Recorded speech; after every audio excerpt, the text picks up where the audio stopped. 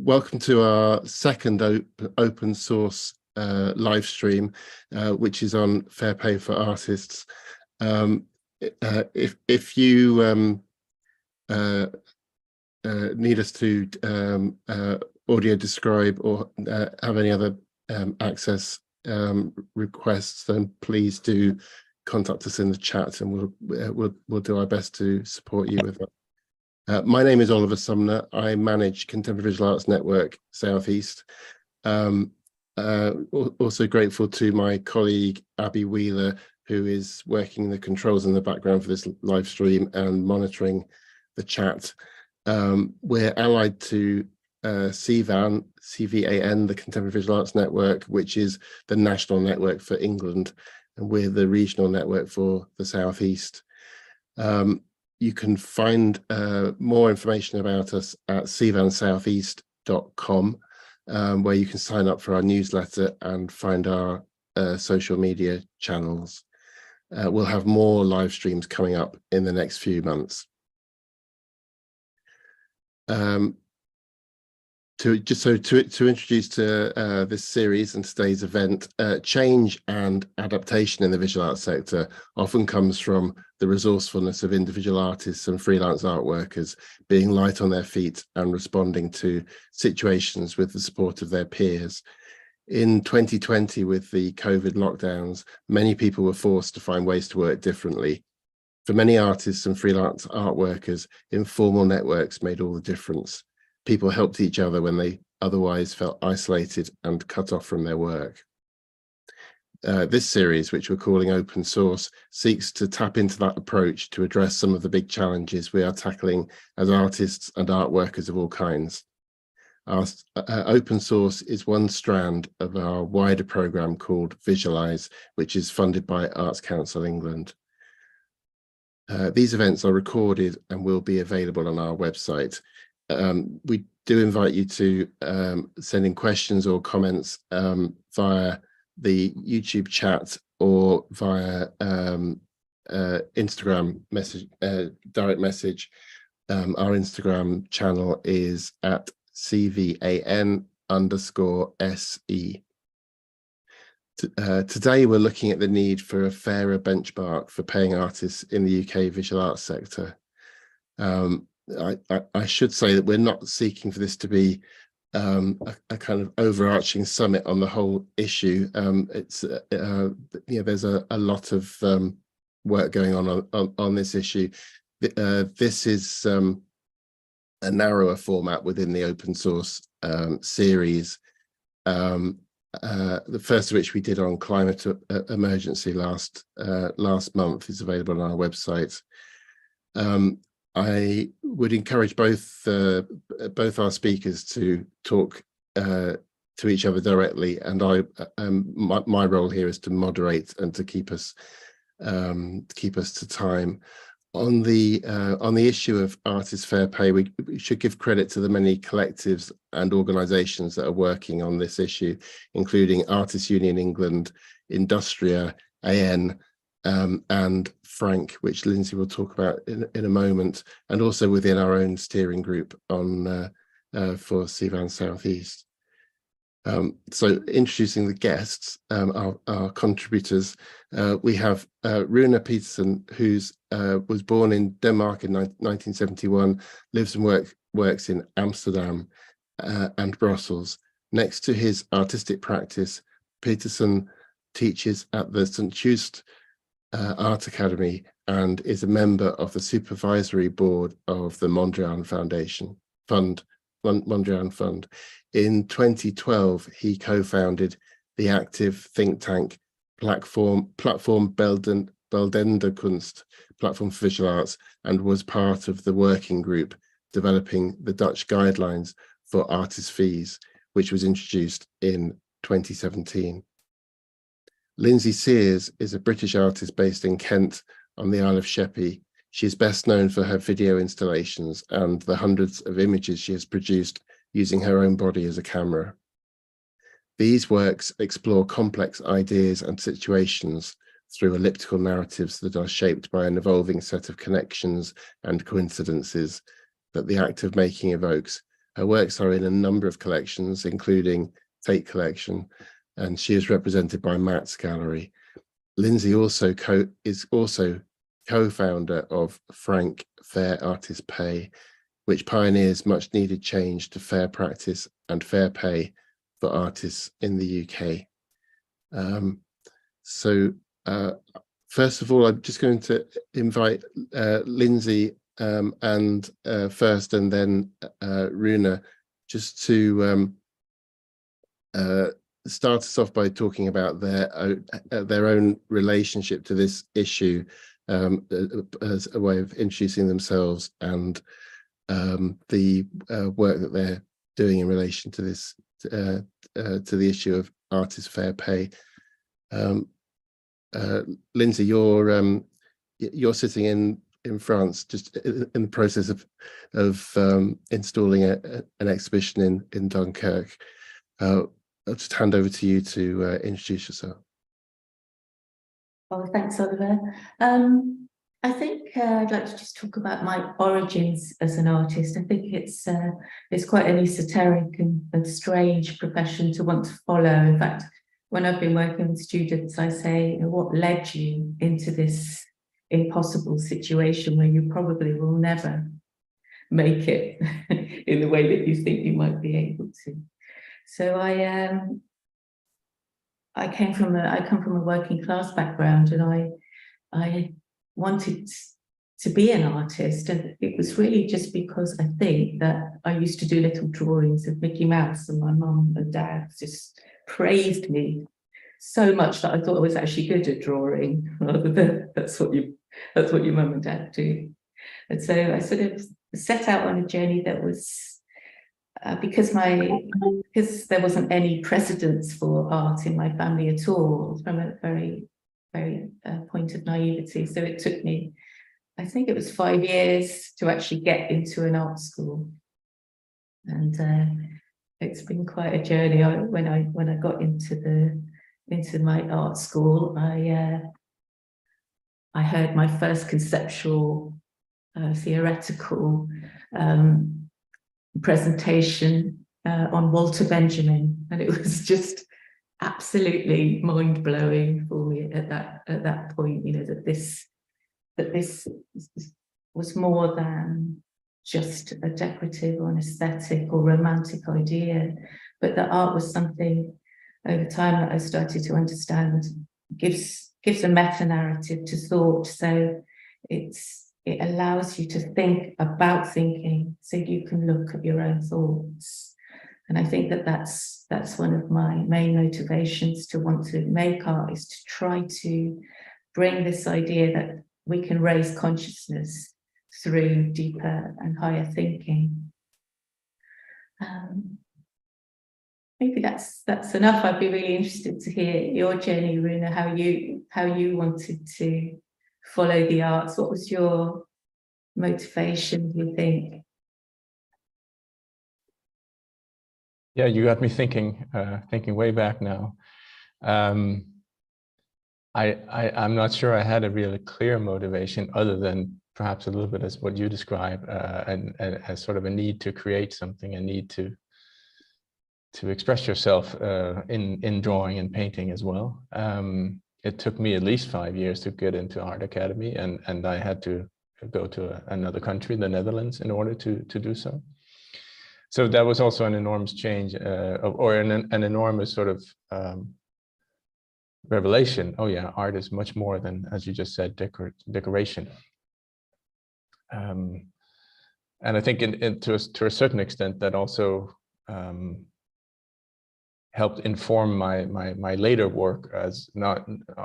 I kind of see my work as, so there's my art work, my production as an artist. And then since 2012, at least, there's the work I've been doing for the platform for visual arts, which deal about trying to define what you just defined. I think to a certain degree, that the idea of what art can do, thinking about thinking, as it were, but also then trying to establish the importance of that for in our case an open society. And by doing so, also trying to say, okay, well, if we establish that it is very important that we have this space within within society where we're allowed to think about thinking, reflect on our own society, reflect on our own values, morals, etc. Then perhaps it should also come with at least a minimum of financial or a minimum of remuneration. So that's sort of was basically since 2012 that has sort of been a part of my my thinking on art in general, and has then crept back into my own works and thinking about my own works as well, so that they have become hopefully more than just decorative drawings, but it's been an interesting sort of exchange between the two, where on the one hand I try to look at it from a sort of societal or almost economical perspective, and on the other hand you're still the artist in your studio working from what you called it esoteric, but at least from some sort of drive from within, I think. And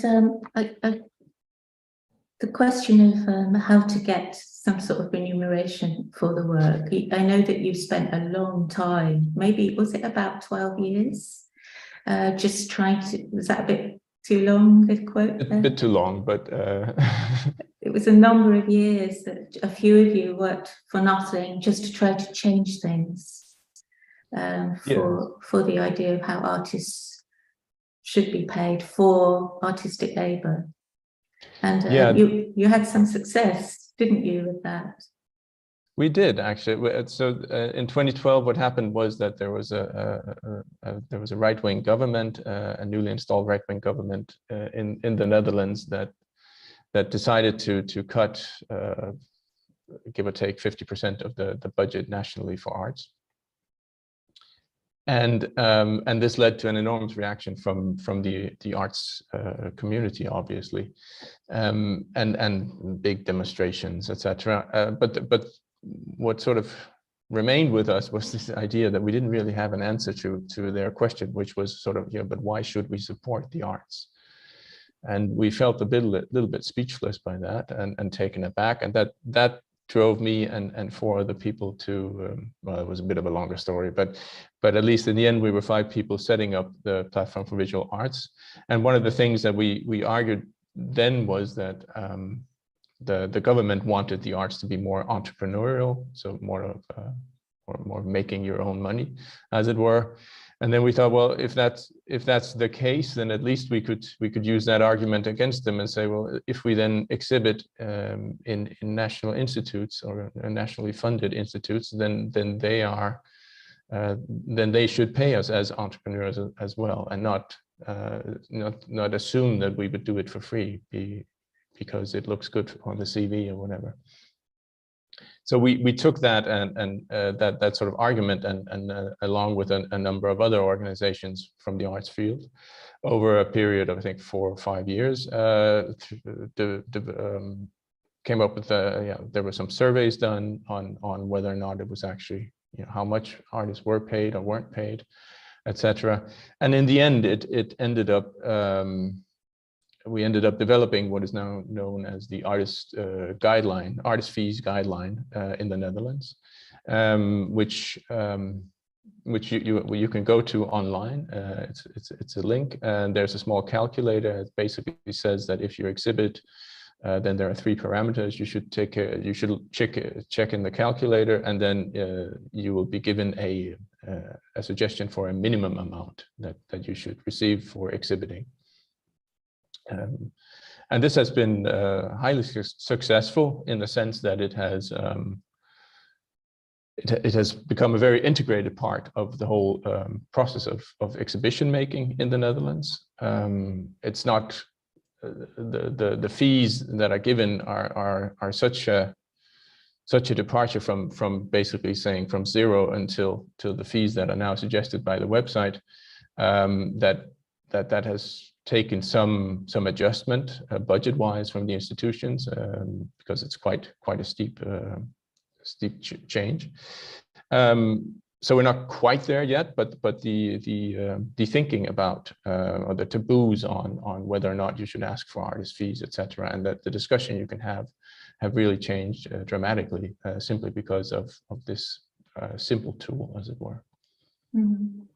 There've been quite a lot of studies on how artists are faring in terms of in Britain, in terms of wages, and they've been remarkably low, and that we are some of the poorest people, often artists within the equation. So there is always this sort of feeling of this promise that we'll be able to somehow, if we just keep working really, really hard, then we might get somewhere with it, rather than understanding that structurally the people who really make it are very commercially driven and often very well connected. I think the hierarchies in Britain are of a very particular kind, and perhaps some people would not think that this was necessarily the case, but I feel that the public school system has brought about a kind of nepotism that just perforates all of British society, and the wealthy are usually the ones who benefit from any changes in policy that we're having in the UK.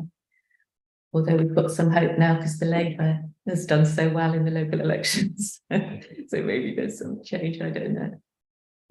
But the thing that I think that I find I'd like to talk to you about is this idea of self-employment, because the idea of being called self-employed makes it seem like you can command the fees that you want to have, you can work the hours that you want to work, you don't have to do the job if you don't think that they're going to pay you enough.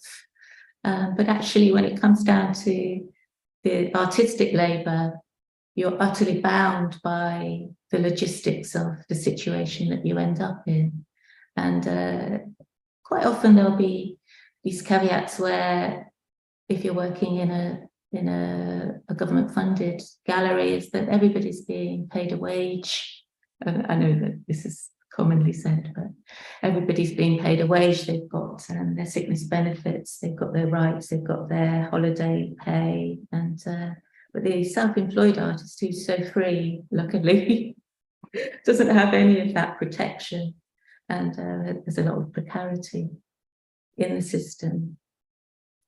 I don't know how we're doing for time, but I'd really recommend this book by where she explains to the artists that they're actually funding banks and all sorts of dubious oil production people just by giving free labour to the art world. They utterly rely on the free labour of artists in order to sustain the industry. Do you think that's the case, Rune? I never disagree with Hito style, but no, I think you're touching on a number of things. The whole sort of the promise of the gig economy as this be your own boss and whatever, and work your own hours, feel inspired in your job, and then the truth of the matter is you're being even more exploited, etc., which is something that goes beyond just the artist, of course. But there is something in that general system of perhaps even the promise of making it, which usually refers to sort of making it economically or financially, is also a bit of a weird or something that I would at least ideally disagree with. Not very conducive to actually engaging with the materials of the work that you're actually trying to dig deep into, for which you require time, you require patience, you require research time, etc. So as long as we're sort of see ourselves within that larger neoliberal, capitalistic, whatever you want to call it, system, then we are somehow bound to I guess how to put it. I think yes, the promise of a, shall we say, a labor union or labor government is one way of looking at it, but I doubt somehow that they not too much into British politics, but I doubt somehow that they will really alter the system so much that we won't be going along with the same sort of ideas in our heads that yes, an artist should make it. I think there's something to be said for sort of redoing the whole system, however utopian that might sound. Because, as you say, otherwise we, and not only us, but every precarious worker is basically just funding the super rich in this way of living. And the question is also, yeah, what? And we're not only funding it with our labor, I guess, we're also funding it with our love and our thoughts and ideas and our passions. And, you know, sometimes there might even be some good ideas. There's some good work coming out of it as well. So somehow we have allowed ourselves to become stuck in this system that really doesn't do us any good, or very little at least. So what was the question? I don't know now. But I suppose what really has driven me to want to step forward into this relationship with Frank, which is three of us, with Selina Lowe, Anne Hardy and Batoche Schuster, is just that even though Hollis Frampton in 1972 had written this really erudite letter to the Museum of Modern Art, who were offering him a solo show, but they didn't have any money for it, but he could do it for love and honor. And he was just utterly outraged by that, as he would be, because he listed all the people who would be being paid, you know, in relation to the making of the work. Even the letter that was sent to him was paid for by the museum, you know, the stamp that was on it, you know, everything was paid for except for his time. And nothing has changed. And that's the frustration, is that we've had this going on since art became, you know, more contemporary, more accessible, and we haven't been able to change a single thing for the artist, because it actually is really convenient that we're doing it for love. I suppose I would like to recommend, therefore, this other book, That Work Won't Love You Back, and how devotion to our jobs keeps us exploited, exhausted, and alone. I think that sort of covers all the bases there. I think you're absolutely right, and at the same time, it also, I mean, if you talk to at least the national institutions and galleries in the Netherlands, they're being squeezed as well, budget-wise. They're having their budgets cut, etc. So even if they wanted to, which I'm sure some do, I actually know some do, want to sort of introduce fair pay for artists, etc., they wouldn't, in many cases, be able to it, and then yet a lot of times artists say, well, okay, I know you want to, but I'll do it for free anyway, you know, or because it's good for my CV, or my work will rise in value, and who knows, one day it might be sold. So yeah, no, this sort of this sort of promise of one day making it, I think is really, really problematic. But that's also, I think that's really, there's a certain sort of individualism in that thinking, and that's interesting, because we as artists are obviously very individual creatures. I mean, we don't all work in dark attics, but we do have, there is this sort of, we draw upon a lot of individual issues, we draw upon our own experiences, etc. So we crave, I think, in many times that individuality, but at the same time, in order to make structural change within sort of larger economical frameworks of our society, there you really need, well, to be more than an individual, I think. And that's at least what I experienced with setting up the platform, which is now a member-based organization with, I think, 600 members now, or something like that. And why it's also very heartening to hear that you and the others are setting up Frank, because only by sort of pooling resources and getting together, I think we can actually step up and try to make these structural changes. And I think the first thing is simply just to let it be known that we are in this position. That the medium income for an artist in the Netherlands is way below the minimum wage. But all surveys show that, on the other hand, the artists are some of the most happy at doing their job and the most optimistic about the future. So, which is, I guess, is good, but also sort of shows a bit of a discrepancy. Yeah, I'm very curious to hear more about Frank, actually, and how you're going to approach it, bringing about change. Yeah. You're right that the highly individuated nature of artists means it's quite difficult to make a system where there could be fair pay.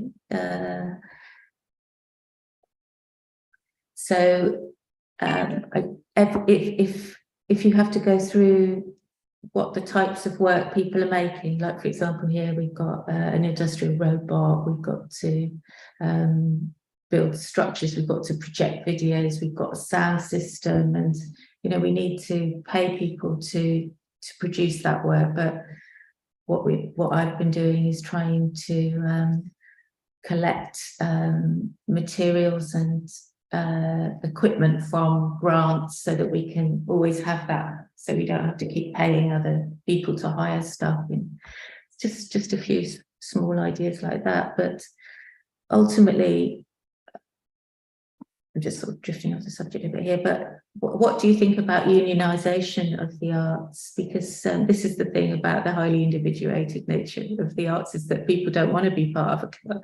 They don't really want to be part of a club. And but the unionisation means that things can go through in law. And so you could change the state of things if the law says, you need to be given a certain sum of money, like they've attempted in France, even though it's absolutely minimal. True. I think there's a lot to be said. Well, it's interesting because the guideline in the Netherlands is not written into law. It is it's still voluntary. But we had every institution in the Netherlands sign a covenant that they would apply it. And I think on this particular thing, I would be somewhat hesitant to write it into law, because that also means that some of the flexibility that sometimes can be really useful and worth a lot within the arts field might not be able to take place anymore. And I'm thinking very much about sort of smaller artist-run institutions, etc. If they were to, at least in the case of the Dutch guideline, if they were to pay the fees that are in the guideline, they would quite quickly and run out of money, and obviously not being able to pay themselves either. I think writing stuff into legislation is tricky, but I certainly think that it would be interesting to try, and that it would also, but it would require an enormous change of mindset, I think, before you would even go that far. And I think before that you would have to well, unionize, or at least set up these collectives to make it to actually make it an issue. I somehow doubt that it's very much an issue on the political agenda in Great Britain. Although it's really risen, because there's been so much union action in the UK at the moment, and so unionisation has been essential. I think, in a way, that networking within a group that is a union, but in which people could network and support one another, could be strong. I think because we're all a kind of similar sort of age, we've probably been working in the visual arts for a similar amount of time. Don't you think, Lindsay, that well, I mean, I think a lot of artists feel pressure that they shouldn't say anything about these things. Lots of artists in the past have really put up with this. Yes. And maybe that's yeah, there's less of that now, that people are being a bit more, well, being more frank, and which is a start, isn't it? Yes, I suppose so. I mean, have you detected that? Do you think that people are? I'm not quite sure. What? I mean, I think it's evidently the case. What, as you said, nothing's changed, but they don't. But the willingness of artists, and just in the visual arts, this isn't a taboo subject anymore. I don't think. I mean, in the conversations that I have, I think it's not debated as much whether this needs to change, but how does it change? Well, I think Britain is or England is in a very particular position in terms of hierarchies and I slightly lost where I was going there. That the UK actually are much more interested in theatre and performing arts rather than visual arts. And I really do believe that visual literacy in the UK is quite low in terms of understanding the complexity and conceptualization of art, as if it's not philosophical, as if it's not profoundly conceptual. That the British public, particularly a lot of the newspapers, just ridicule art and make it seem like a complete waste of money. It's always about money, really, and also, my 4-year-old child could do that sort of thing. I've heard that quite a lot of times. So many people. So it's not top of the agenda in terms of the culture industry. That is my belief. I wanted to ask Rune, what you've been involved in with producing the guideline for paying artists in the Netherlands and getting so much sign up from organizations in the Netherlands. From what you're saying, there's a limitation to that. What's the limitation of that? Why has that not been enough?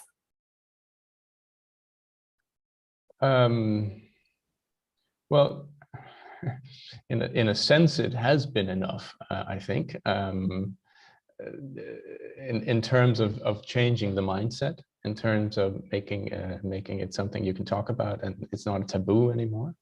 It has generated, along with the calculator, there's a checklist that you can really sort of, it has, I think, in very, very many ways had an emancipatory effect on artists going into discussions about these things, instead of just being, oh, I got a show. There's now this a bit more of a, you could say, professional approach, or a bit more realistic approach to dealing with these things.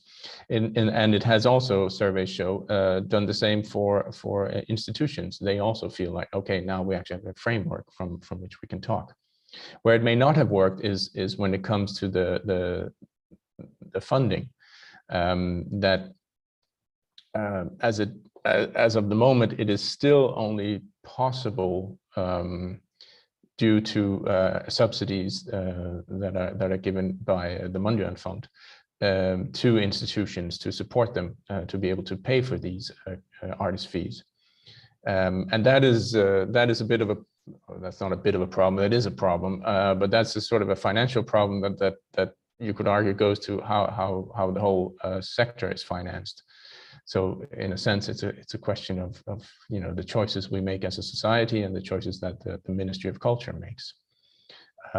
Do they supply enough finance or enough money to the institutions so that they can actually pay these realistic artist fees and fair artist fees? And that's a discussion that is not that is ongoing.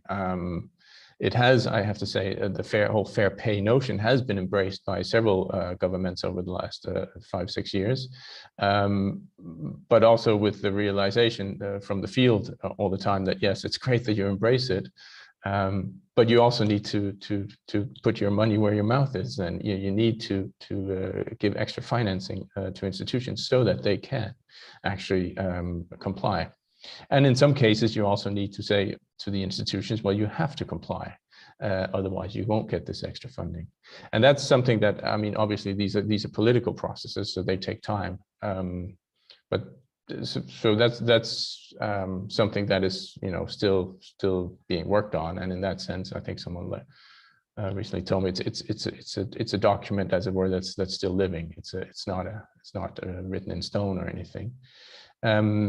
And yeah, I think that's so in many ways I'm extremely positive about the development, but that doesn't mean that we're quite there yet. And could you just explain about the Kunstenaars honorarium and what difference that makes, and how it's been, how that's been supported? I mean, that's the bit that you're saying about the funding, isn't it? Yeah, I mean, the kunstenaarshonorarium is just the artist fee. That's just the Dutch word for it. So, okay. so it's well, it has made an enormous difference. I talked to fellow artists, and they, yeah, it's so, you know, it was something we all knew was missing. We all felt it. We all were aware of it, etc. But no one wanted to. Also, a little bit what you were touching on. No one wanted to speak out about it. Because yeah, who wants to be the first? And that was, I think that's one of the things. We weren't the only organization, but we were certainly one of the organizations in the beginning by saying, okay, by pooling our forces, by coming together, we can talk about these things. We can speak out about these things without putting ourselves in sort of a frail position. So it becomes more about the structure and less about the individual artist once you have an organization that can talk about it. And whether that's a union or another organization, I'm not sure that really matters. It's just at the time, the Dutch unions weren't that much into our problems and weren't that helpful, really. If the unions in the UK are different, then I think more power to them. What we did when we came, and please stop me if I'm ranting, but what we did was we said, okay, we'll contact the unions and put them up to speed about the issues that really matter to artists these days, so that it becomes much more sort of, we don't have to do the job of a union, or the platform doesn't have to do the job of a union, but we can inform the union and other organizations about the issues that really are important to us. So yeah, collaboration, even larger collaborations, even larger networks. Okay, yeah. And Lindsay, could you say something about Frank's approach? I think one of the powerful things of Frank is to really bring in the kind of different experiences and voices of artists, and really to sort of explain very vividly what impact it has on individual artists. But I know Sivan Southeast is one of the has signed up to be one of the contributors and supporters of Frank, and I think you're in the process of getting together a kind of advisory panel, or just think about the framework that you're going to produce with Frank. That's right, I think. Yes, that sounds about right. I think with the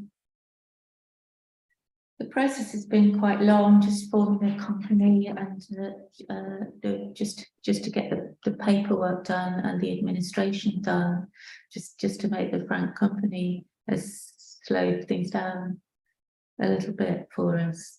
I think at the time we started out, there was very little being said, you know, about the problems of artist payment, but now there are many people who are just realizing right now about the situation and how poor it really is. And so it was a case of just trying to let people understand that it isn't okay to work for nothing, and that it has a detrimental effect really on the industry and on the society. So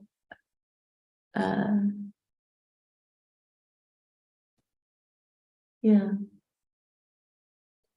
We've really got to make this happen.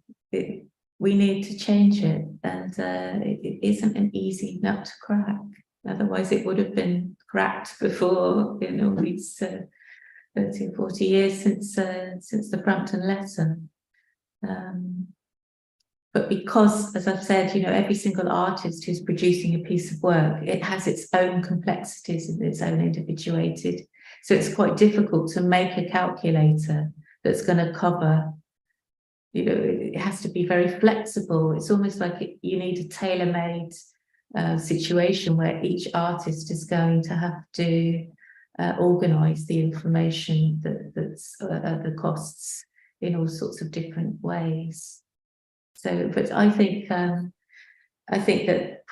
what I'm very interested in is the problems are all known knowns, really, but there's no resolutions being brought forward really to them that have been effective in the UK. So I think it's trying to think of completely different ways of approaching the system. And I think Peter Steele, I'm calling on her again, but she believes in these sort of these networks, or I was talking to Rune about cells or cities, where you sort of form groups that are supportive of one another, and you may work together as a group, or you may advise and contribute different sorts of ideas within your unit, and that I've sort of come up with thoughts about an idea of sort of tokens, but it's in its sort of early stages at the moment, where you would do work for somebody and then they would owe you work within the system, in collectives and just loose forming groups. There's a lovely artist called James Paddock. I hope he's listening. I mean, I met him. He just turned up at the John Hansard Gallery, saw a show that I'd done there on schizophrenia, and we hooked up. And he's got the money together, and he's worked very hard. And now he's asking a few artists who he was interested in just to work alongside him as a workshop where we will make a work together. And I feel quite excited about those ideas, where it's an internal decision, and then he worked very hard to get the money as well. He's done that. We're just getting into the last few minutes. But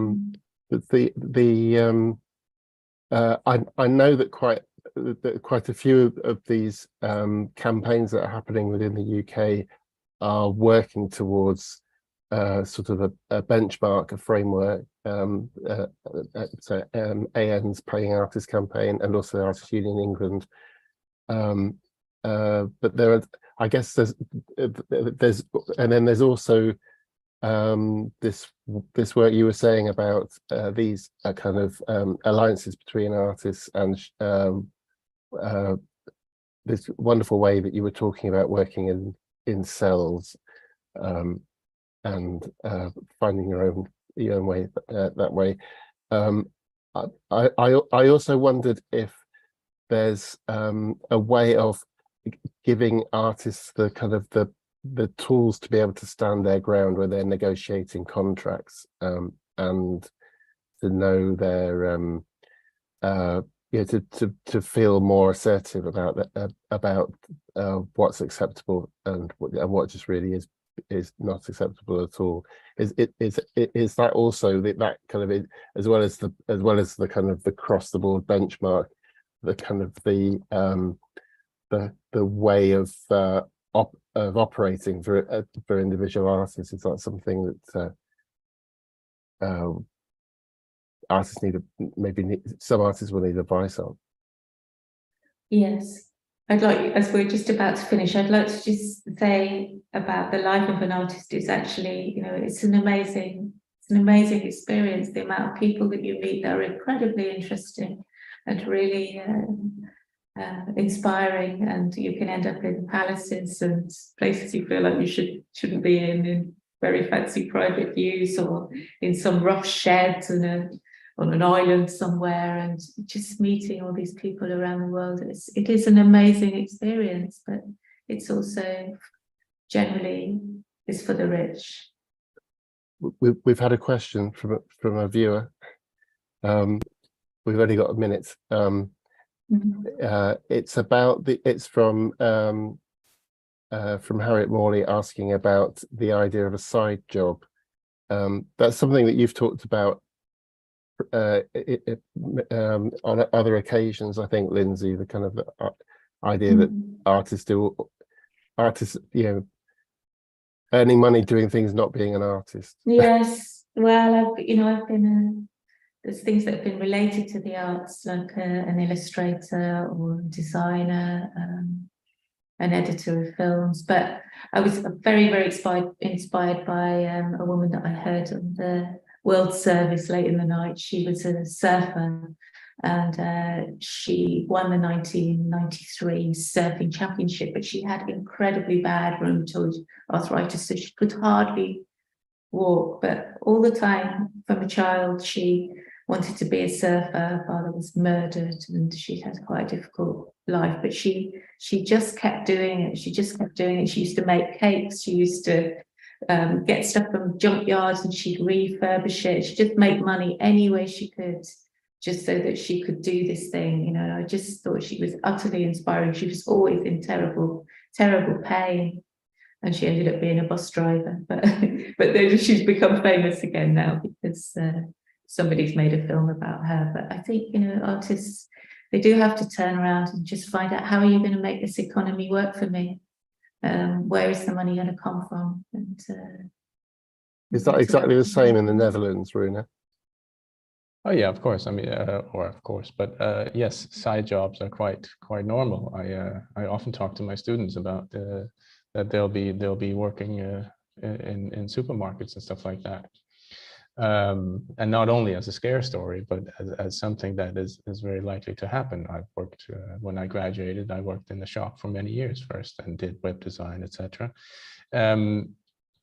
So, I mean, and to a certain extent, I don't think there's anything wrong with that, because it would also be naive to think that you could completely supply yourself or work as an artist just after graduation and then be able to make enough money to make a living out of that. So I think there is this sort of, it wouldn't be unfair to say that at some point you will need a job next to it. And I also think what we often see is that artists' careers aren't necessarily linear. We have this sort of notion that, art academy, and then you gradually go up the ladder. But the ladder is ups and downs, and some people have a really, good 10 years or something like that, and I never heard of it ever again. So it's the notion of a linear career, which also means linear income or growing income, is also something that I think we should talk about within the arts, because that is, for most people, simply not the case. So yes, then at some point you will need to get a job at an academy or an art school or otherwise, or back to the supermarket. And that's those are problems that you probably won't solve by introducing an artist fee, because an artist fee is not a sort of a basic income thing, but only for artists who exhibit. And in order to, exhibit enough one year to actually have an income, also requires quite a lot. So it's a very big issue. That's an important point, isn't it? So I think there we end. We had a delayed start. I apologize for the technical issues we had at the start. A really interesting conversation from you both. I feel like we need a part two at some stage in the future. So thank you very much, Rune Peitersen and Lindsay Seers, for joining us to speak today, and wish you both well in continuing this campaign. Thank you. Thank you.